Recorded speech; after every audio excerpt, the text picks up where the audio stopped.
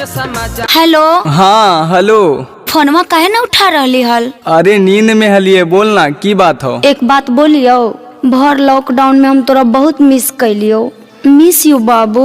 Miss you two जानू, हम भी तोरा बहुत मिस कैलियो। तो मिले आइम ही। बड़ी गर्मी हो पापा। अरे भैया बड़ी गर्मी होगी। बहाना मत बनाओ, हमार बात सुन।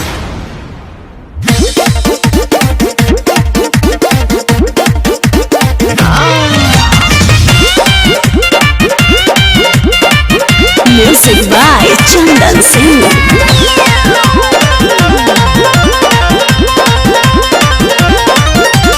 हमारा तो हकई छोरा तोड़े से प्यार रे, मिले के दिल हकई बड़ी बेकरार रे। अरे हम भी प्यार करो लियो। अच्छा, हमारा तो हकई छोरा तोड़े से प्यार रे, मिले के दिल हकई बड़ी बेकरार रे। हमारा यार मान जागल तोर नहीं जागो हो। हमारा यार मान जागल तोर नहीं जागो हो। बड़ी गर्मी हो पापा। अरे भैया बड़ी गर्मी होगी। कैसे मिले योग्य छौरी बड़ी गर्मी लागो हो। कैसे मिले योग्य छौरी बड़ी गर्मी लागो हो। अच्छा, तो गर्मी में प्यार नहीं करनी? आगे गर्मी में कमल ओढ़ के प्यार कर।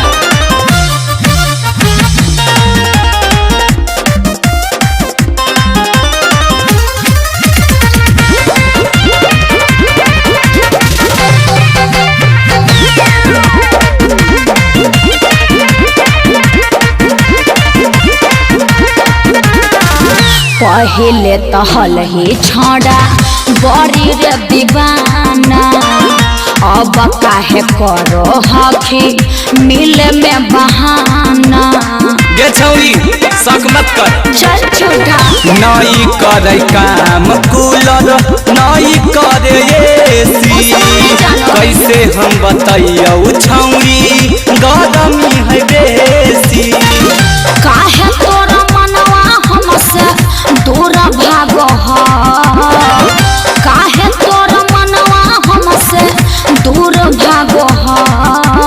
बहाना काहे करो तू? बड़ी गर्मी हो पापा। अरे भैया बड़ी गर्मी होगी। कैसे मिले योग्य छौरी बड़ी गर्मी लागो हो।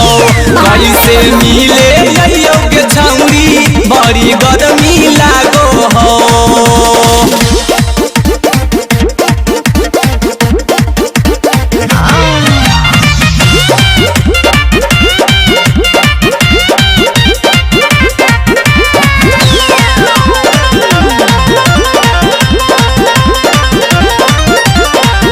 लागे लॉकडाउन में प्यार भेलै कमरे।